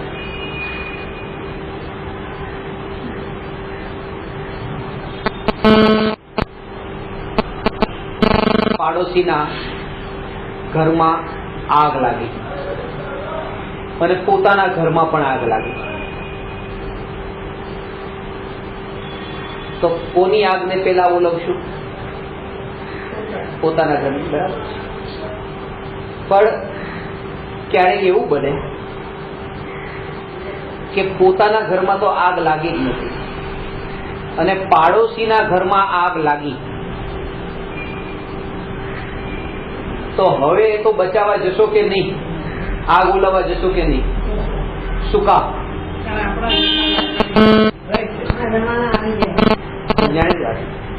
પાડોશીના ઘરમાંથી આપણા ઘરમાં આવે એટલા ન આવે એટલા માટે પાડોશીના ઘરની. આટલી જ વાત છે કે આ ભૂખ લાગી, આ શરીર તો મારું પાડોશી છે. આ ભૂખ લાગી ને, આગ લાગી છે ભૂખની, તો રોટલા નાખીને એ આગને ઓલવી નાખવી. કારણ કે જો નહીં ઓલવી તો સીધી આત્મામાં આવવાની. પછી વિકલ્પો વિકલ્પો વિકલ્પો. એટલે શરીરને પાડોશી, એની આગ પણ એટલે ઓલવવાની છે કે પોતાનામાં આગ ન લાગે. ભોજન કરી લીધું, દવા લઈ લીધી, પણ અંદરમાં હું જ્ઞાયકનું બળ હોય તો, અને જેને બળ હોય એને આમાં રસ એ ન હોય કે લાવ. અત્યારે આ નહીં કરીએ તો શું કરશું, એવું ન હોય. આ ભૂમિકામાં આ નહીં કરીએ તો શું કરશું, આ નહીં. ન્યાયકનું તો જોર હોય અને આ જે થતું હોય એને નબળાઈ માને. ઉદય અનુસાર વિકલ્પ આવે છે. એટલા માટે શરીરને પાડોશી કીધો. સમયસારના 23મા કળશમાં પણ આ વાત કહી કે શરીર એ તમારો દૂરનું નથી, શત્રુ નથી. શત્રુ નથી કે જેને તમે જે રીતે આજકાલ મોટા ભાગે તપસ્વી પોતાને માનનારા, મનાવનારા, શરીરને કસવાનું, શરીરને કષ્ટ આપો, શરીરને કષ્ટ આપો, શરીરને તપાવો, શરીરને પીડા પહોંચાડો. કાયિક ક્લેશ નામનું તપ તો કીધું જ છે.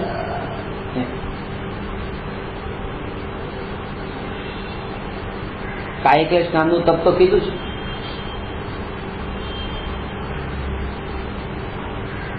ગઈકાલે જે ચર્ચા ચાલતી હતી એમાં એક તત્વના જાણકાર હતા, તપસ્વી, પોતાને માને છે,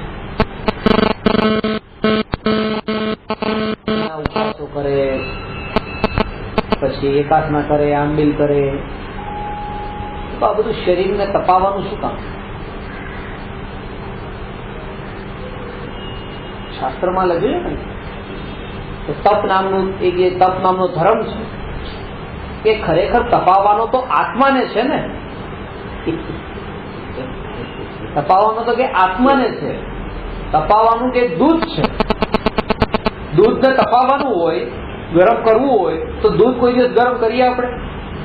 ગરમ તો વાસણને જ કરવાનું તો દૂધ ગરમ થઈ જાય, તપી જાય. દૂધ તો ક્યારે તપે? સીધું દૂધ તો કોઈ દિવસ તપે નહીં. વાસણમાં નાખો તો વાસણ તપી જાય, દૂધે તપી જાય. એવી રીતે આત્માને તપાવવાનો છે, પણ આત્મા તો સીધો તપવાનો નથી. એટલે શરીર એ વાસણ છે, આને તપાવો. પણ એ તપાવવાનું નામ તપ નથી. એ તપાવવાનો મતલબ બાળો બાળો બાળો.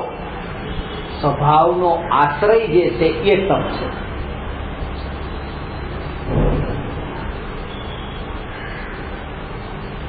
સ્વભાવનો આશ્રય કે કર્મને બાળવાના, બાળવાના કર્મને, આત્માને નતો બાળવાનો, કર્મને બાળવાના. પણ કર્મને બાળવા માટે આત્માને બાળવું પડશે કે નહીં? કે સોનામાં લાગેલો જે મેલ છે, માટી, એને બાળવા માટે સોનાને બળવું પડશે કે નહીં? સોનાને બળવું પડશે કે નહીં? પણ એ સોનું જે છે, એ સોનું પોતે બળે છે, એને જળ છે. અને અહીંયા જે આત્મા છે એ ચેતન છે, એ સુખના માટે બધું ભોગવે. આ જે કઈ પણ તપસ્યા છે એ સુખના માટે છે. સ્વભાવનો જે આશ્રય લીધો છે એ સ્વભાવનો આશ્રય એના અંદર તપાવ્યું. તપાવવાનું કે તપાવવાનું છે, પણ સ્વભાવના આશ્રયમાં એને તપાવ્યો કે એ તપની અગ્નિ વડે આ કર્મોની નિર્જરા થઈ. નહીં તો જેમ કહીએ ને કે શરીરને ભૂખ્યું રાખ્યું એ તપ કરવાનું, એનો મતલબ કે શરીરને ભૂખ્યું રાખવાથી આ કર્મો બળે છે એમ માનવું. કર્મની નિર્જરા તો છે કે સ્વભાવનો આશ્રય લીધો કે કર્મ પૂર્વે જે બંધાયેલા હતા એ કર્મો સહજ રૂપે છૂટા પડતા ગયા.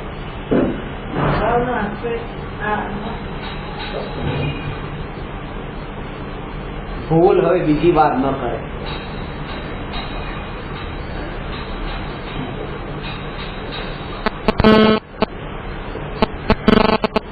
ભૂલ બીજી વાર ન કરે કે ભૂતકાળમાં કેટલા કેટલા કર્મ બાંધ્યા એનો હિસાબ છે. અનંત કર્મોથી બંધાયેલો એ કર્મને બાળવાનો અભ્યાસ કરે, કર્મ બળે જ નહીં. કર્મને બાળવાનો અભ્યાસ કરે એમાં કર્મ બળે નહીં.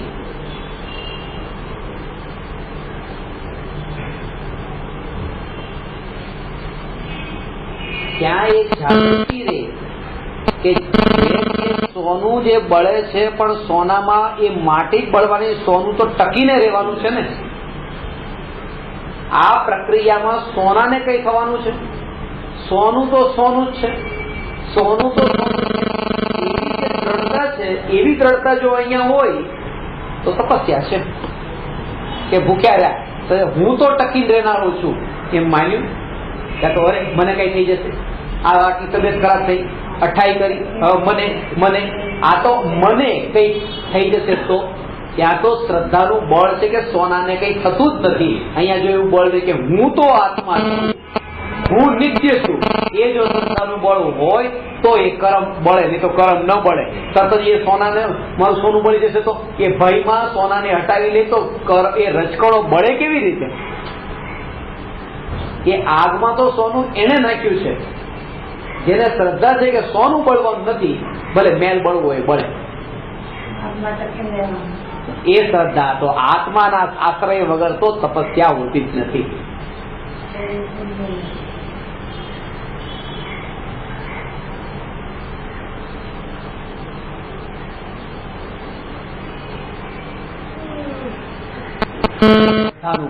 દૂધ અને પાણી મળેલા જુદા જ છે. એક ગ્લાસમાં અડધો ગ્લાસ દૂધ, અડધો ગ્લાસ પાણી હોય તો મળેલા નથી, જુદા. બળી ગયું, દૂધ રહી. હવે પાણી બળી ગયું અને દૂધ રહી ગયું એનો મતલબ બે મળ્યા નતા. ક્યારે નતા મળ્યા? અત્યારે કે એ જયારે ભેગા હતા ત્યારે જુદા હતા.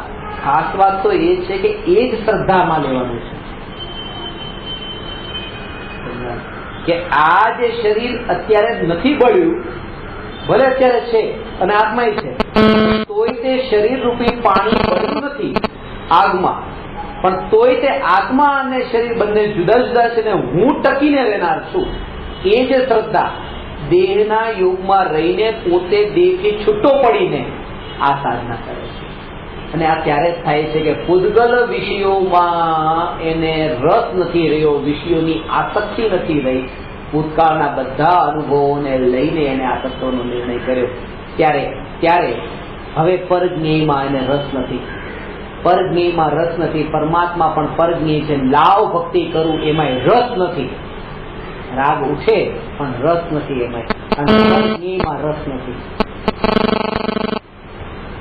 વિષયાસક્તિ છૂટવાના કારણે, પરની પરાધીનતા અને પરતંત્રતા છૂટવાના કારણે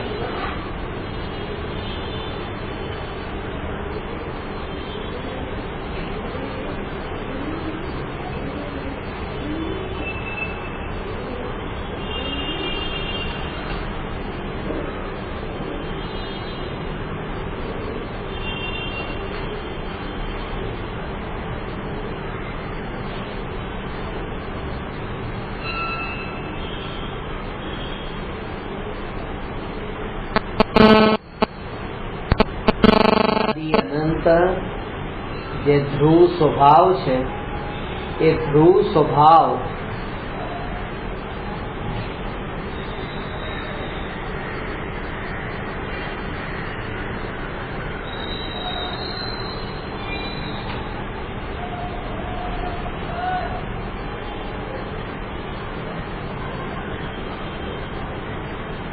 આકાશના પ્રદેશોમાં પલટાવ આવે. એમ કીધું ને કે 3 લોકના એક પણ પ્રદેશમાં હું ભગવાન આત્મા ગયો નથી એવું બન્યું નથી. ક્યાંય જન્મ મરણ ન કર્યા એવું બન્યું. લોક ભાવનામાં આવે છે કે બધા 3 લોકમાં બધી જગ્યાએ પરિભ્રમણ થયું, બધી જગ્યાએ પરિભ્રમણ થયું. પણ જ્યારે સ્વભાવનો આશ્રય લે છે જીવ, ત્યારે સ્વભાવમાં એ પરિભ્રમણ ક્યાંય નથી. સ્વભાવમાં ઉપયોગનું ચંચળપણું ક્યાંય નથી કે ઉપયોગ પરના વિષયોમાં અનાદિકાળથી પરમાન ગયો એવું ક્યાંય નથી. અનુભૂતિનામાં ત્યાં ભગવાન આત્માનું સ્વરૂપ હું તો અનાદિ અનંત ચૈતન્યપણામાં સ્થિત છું, બસ એમાં કાંઈ નથી ને કઈ થતું નથી. એ ત્રિકાળ એક એવો ને એવો ટકેલો આ જે ભગવાન આત્મા દ્રષ્ટિનો વિષય છે. એ ભગવાન આત્મા હું એવું જે લક્ષણ ન રહ્યું ને એવો અનુભવ ન થયો, અને પછી જે થયું એને વિકાર કીધો. વિકાર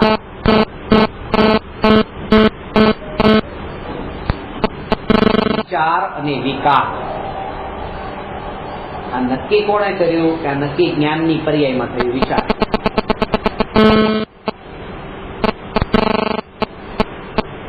વિચારને છોડવાના નથી. વિચાર તો રહેશે અત્યારે. વિચાર એટલે જ્ઞાનની પર્યાયમાં જ્યારે આ રાગાદિ વિકાર, મોહરાગ દ્વેષના વિકાર જણાય ત્યારે ભેદ જ્ઞાન આ રીતે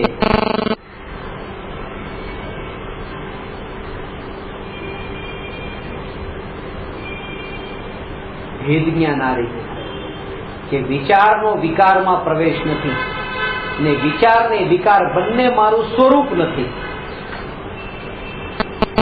વિચારે તે પર્યાય છે, વિકારે પર્યાય છે. વિચારે અજ્ઞાની અવસ્થામાં છે, છદ્મસ્ત અવસ્થામાં છે, ને વિકાર પણ છદ્મસ્ત અવસ્થામાં છે. અર્યંત સિદ્ધ ભગવાનને તો વિચાર પણ નથી અને વિકાર પણ નથી, અને સ્વભાવથી હું પણ સિદ્ધ સમાન છું. તેથી મને પણ વિચાર ને વિકાર નથી. એ ભલે વિચાર આવતો હોય પણ હું કોણ એ આ વિચાર વિકાર રહિત છે. સાધનાની ભૂમિકામાં આ એક ધારા, આ તમે અઠવાડિયાની સાધના કરો, અઠવાડિયા આવું છું પાકું નથી, ક્યાંય એમ કે રોકાઈ જઈએ. પણ જેટલા અંશે નિર્મળતા વધતી જાય, જેટલા અંશે નિર્મળતા વધતી જાય, એટલા અંશે પોતાનું સ્વરૂપ પ્રગટ થયું. આમાં એ છે કે નિર્મળતા વધતી ગઈ પણ તોય હું એક કોણામાંથી ઉપયોગ નથી હટતો. એનું નામ છે આ નિર્મળતાનું વધવું. નિર્મળતા જે વધતી જાય એ નિર્મળતામાં એને રસ નથી. જેને નિર્મળતામાં રસ છે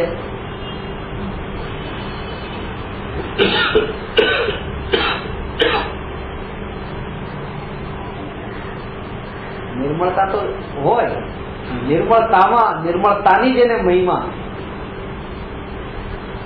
એને સ્વભાવના ત્રિકાળીપણાની મહિમા નથી. હજી પાછો એ અનિત્ય કઈક ઉત્પન્ન થયું છે, નિર્મળતાની પર્યાય જે ઉત્પન્ન થયું એમાં પાછો એને રસ થયો, પાછો જાગ્યો. કઈક ઉત્પન્ન થયું એમાં રસ જાગ્યો. અહીંયા કે જગતમાં જે ઉત્પન્ન થાય એમાં જેનો રસ નથી રહ્યો, જે નષ્ટ થઈ જાય છે એમાં જેને રસ નથી રહ્યો, અને જેને ઉત્પન્ન અને વ્યય થતું નથી એવા જ્ઞાયકમાં જ રસ જેને રહ્યો છે તે જ્ઞાની છે.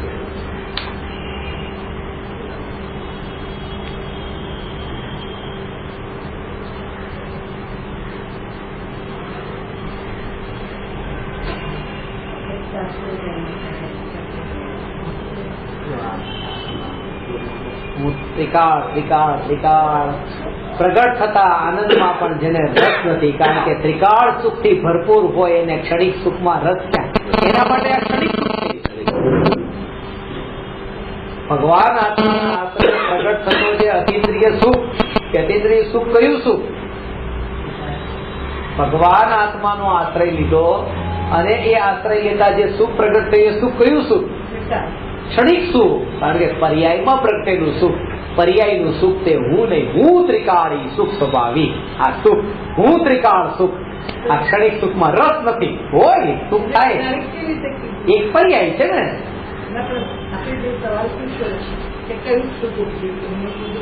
પર્યાય ઉપજે તે પર્યાય તે ક્ષણિક, જે ઉપજ્યું તે પર્યાય. અનુભવ શું છે?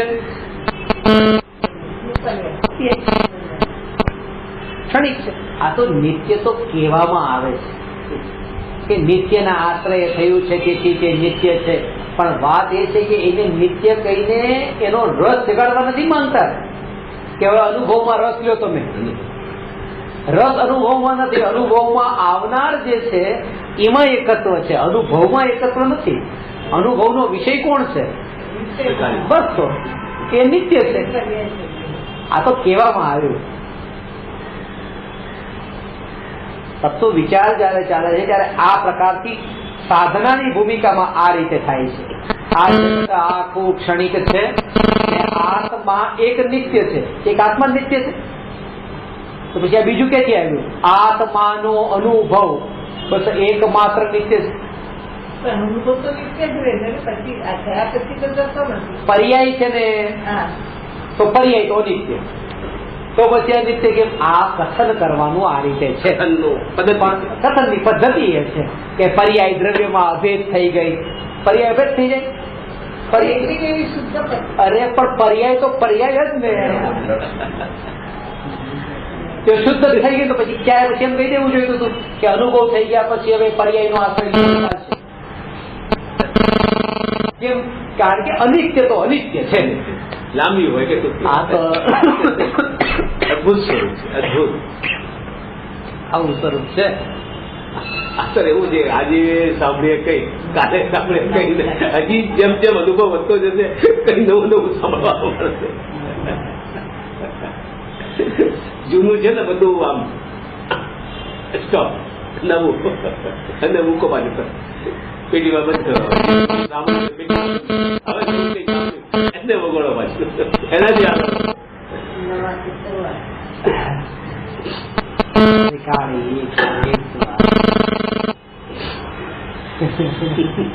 અદભુત છે. અદભુત સમજણ પડે એના માટે અદભુત છે. નહીં પડે એના માટે કઈ નથી. કઈ નથી. સમજાવવાનો કાર છો, સમજે છે છો.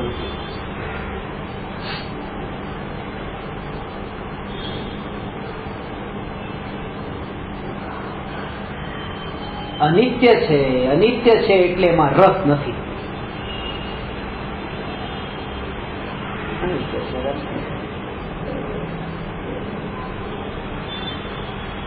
સર્કસમાં જોકર જોક કે એમાં રસ નથી.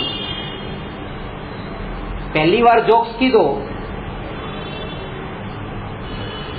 હવે એકની એક વાત કે છે કે 3 મિત્રો હતા, 3 મિત્રમાં એક મિત્રએ કીધું મારા પપ્પા એટલી ગરમ ચા પીવે, એટલી ગરમ ચા પીવે કે ચા રકાબીમાં નાખી અને ફૂંક પણ મારવાની નહીં, સીધી જ ગરમ ગરમ પી લેવાની. તો બીજો મિત્ર કહે છે કે મારા પપ્પા તો એટલી ગરમ ચા પીવે કે સીધી કેટલી જ ગરમ મોઢે માંડે. ત્રીજો કે પાણી ને દૂધ ને ચા ને બધું પી લે ને પ્રાઇમસ પર બેસી જાય છે, મારા પપ્પા તો આટલી ગરમ પીવે. બીજી વાર પછી કીધો આનો આ જ જોક્સ, ત્રીજી વાર પણ આનો આ જ જોક્સ કીધો. એટલે લોકો પછી થાક્યા, કંટાળ્યા, અમુક લોકો બહાર જવા માંડ્યા.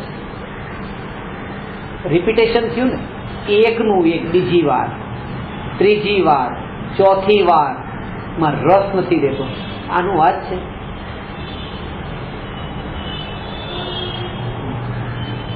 પણ કોઈ આપણને એક ગાળ દે, પછી એની એ જ ગાળ બીજી વાર દે, એની એ ત્રીજી વાર દે, તો રસ ઘટતો નથી, રસ વધે છે. હે બીજી વાર, હે હજી ત્રીજી વાર બોલ્યો, રસ ઘટી જવો જોઈએ. અનિત્ય અનિત્ય અનિત્ય અનિત્ય માત્રમાં પછી એ રસ ઘટતો જાય. એટલે અનિત્ય કહેતા તે તમે કયો ભાવ લેતા હશો ખબર નથી, પણ જયારે આમ અનિત્યનો રસ ઘટે એટલે ત્યાં શ્રદ્ધામાં એમ માને કે અનિત્યનો રસ ઘટે એવો જે આ વિકલ્પ છે એમાં રસ નથી, એ વખતે હું નિત્ય છું. કારણ કે અત્યારે તો આનાથી જ ભેદ જ્ઞાન કરવાનું રહ્યું ને. બીજું અનિત્ય તો મને ખબર નથી, આ અનિત્યની ખબર છે. જે અનિત્યનો વિકલ્પ ઉભો થયો હમણાં જે વાત કરી, વર્તમાનનો વિકલ્પ, વર્તમાનની પર્યાય, વર્તમાન.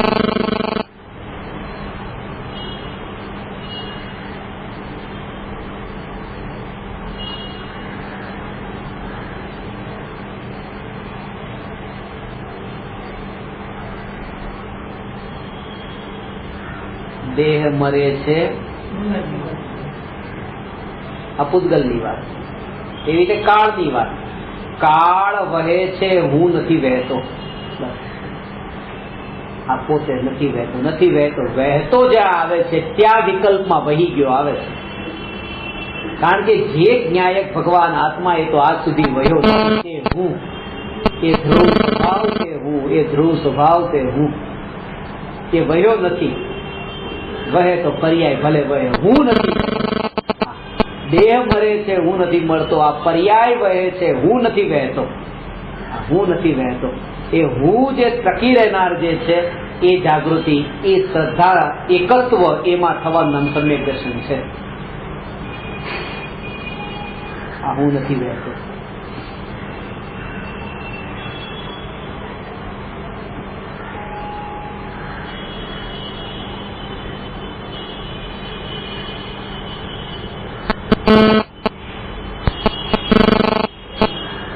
જન્મથી અત્યાર સુધી પરિવારોમાં વહ્યા છો. નાની વાતમાં 25 જણાના કુટુંબમાં તમે કેટલા બધા માટે કરી ચૂક્યા, કેટલા વહ્યા, કેટલા વહ્યા, કેટલા વહ્યા. જાગૃતિ એ રહી કે જેટલા વિકલ્પો એ સમયે ધ્રુવ ભગવાન જ્ઞાન ટકી રહેલો હતો, બીજું કઈ નતો કરતો. અનાદિથી અનંત સુધી જ્ઞાયક માત્ર જ છે. એ હું છું, હું ક્યાંય વહ્યો નથી. આ સ્વભાવનું નિરંતર ચિંતન ચાલે તો આ દુનિયા યાદ નથી રહેતી. સ્વભાવની સ્મૃતિ એ જ દુનિયાની વિસ્મૃતિ છે. આનું નામ સાધના છે.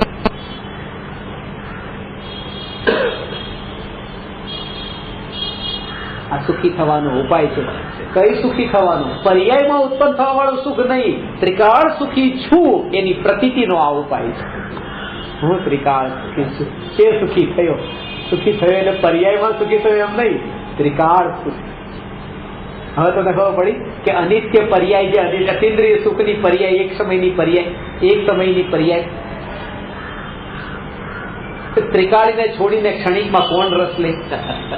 હું ત્રિકાળ સુખ સ્વરૂપ ભગવાન આત્મા.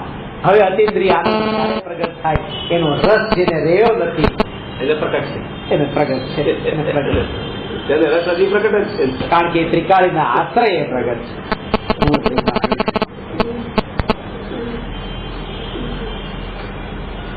આ ત્રિકાળીનું બળ કેવી રીતે આવે? આ 4-5 દિવસ સિદ્ધ ક્ષેત્ર પર પર્યાય મારું ધ્યાન કરે તો કરે, હું ત્રિકાળીનું જોર કેવી રીતે માંથી પ્રગટ થાય એના ઉપર જ લેવાનું મારું ભાવ છે.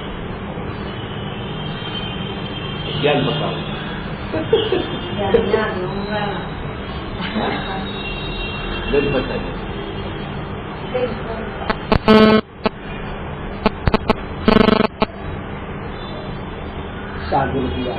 બહારની આ સમયે રસ ગતિ થતી હોય, મુંબઈ થી ગજપંથા જવાની ગતિ થતી હોય ત્યારે ત્રિકાળ જ્ઞાન માત્ર ટકી રહેનાર ભગવાન આત્મા તે હું, ભગવાન આત્મા તે હું, ભગવાન આત્મા તે હું. આ વિચારમાં એટલો અંદરમાં ઊંડો ઉતરે અને જળ મૂળથી એ પૂર્વના સંસ્કાર જો છૂટતા ગયા તો જ તે એ સમયે તે એક્સિડન્ટમાં દેહ છૂટે તો એને એમ નથી. કેમ? કારણ કે અહીંયા કોઈ કંઈ કરવાની અભિલાષા નથી. દેહ છૂટતી વખતે પણ 80 વર્ષે પણ કંઈક દુઃખ શેનું છે? કંઈક કરવાનું રહી ગયું, કંઈક બાકી રહી ગયું, કંઈક રહેવાનું રહી ગયું. છેલ્લે કઈ નહીં તો આ દેહને સારો કરવાનો હતો, રહી ગયો, સારો ન થયો દેહ, બીમાર જ રહ્યો, એમાં જ દેહ છૂટ્યો. કંઈક કરવાનું રહ્યું. જેને પોતાના ત્રિકાળી ધ્રુવ જ્ઞાન સ્વભાવનો આશ્રય લીધો એને કરવા પણ છૂટ્યું. એટલા માટે હવે આકુલતા છૂટી કે શું થાય. ત્યાં ગતિમાં પણ સ્થિતિની અનુભૂતિ થાય છે. ગતિ થતી હશે પર્યાયની, આ પર્યાયની ગતિ થતી હશે ક્ષેત્રથી, પર્યાયની ગતિ થતી હશે 8, 9, 10 વાગ્યાના કાળથી. કાળનું પરિણમન હશે, ક્ષેત્રનું પરિણમન હશે, પણ ભાવથી તો જ્ઞાયક જે સ્વભાવમાં જે પોતે પોતાનામાં જ્ઞાયક ભાવ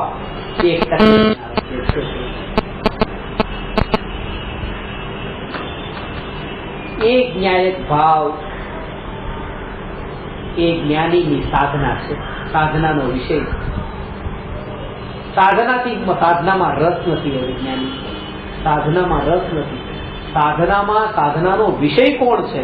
રસ એમાં છે ને એમાં રસ હોવો એનું નામ જ્ઞાનીની સાધના છે. પર્યાયમાં રસ નથી, દ્રવ્યમાં રસ. આનાથી કોઈ ઊંચી વાત હોય તો બતાવો.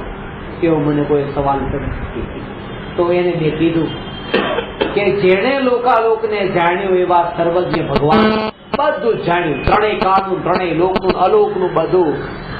એમના જ્ઞાનમાં આનાથી ચડિયાતી કોઈ વાત બીજી આવી નથી. તો મારા જ્ઞાનમાં તો ચડિયાતી વાત આનાથી મહાન બીજી કોઈ વાત નથી.